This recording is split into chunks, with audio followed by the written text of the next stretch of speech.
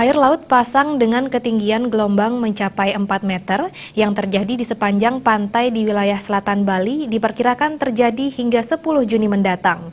Untuk itu kepada warga yang beraktivitas di sekitar pantai diharapkan hati-hati dan meningkatkan kewaspadaan terhadap ketinggian gelombang air laut.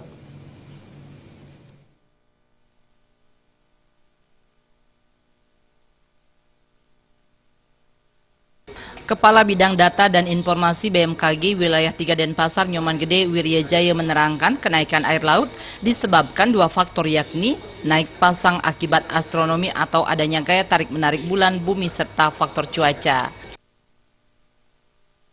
Setiap tahun fenomena seperti ini. Kalau astronominya ini kan setiap tahun seperti itu, dan angin juga kan 6 bulan sekali, angin barat, angin timuran.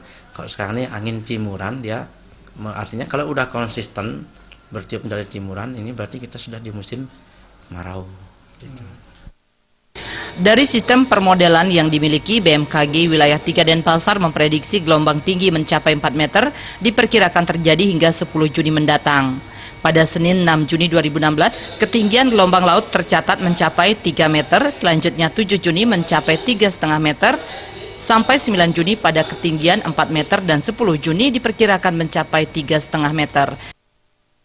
Pasang surut ya, itu kita lihat sampai tanggal 10 bulan Juni ini masih cukup tinggi juga ya, karena kita tahu sampai dengan 10 Juni itu nilai ketinggian pasang surut itu maksimum 2,3 sampai dengan 2,7 meter, sehingga kita lihat dari permodelan INA-WAPS yang kita punya, itu gelombang laut itu tanggal 6 itu sampai 3 meter, tanggal 7 sampai 3,5 meter, 8 sampai 9 Juni itu 4 meter, dan tanggal 10 sampai 3,5 meter. Jadi ringnya itu sekitar 3 sampai rata-rata 3 sampai 3,5 meter itu ringnya.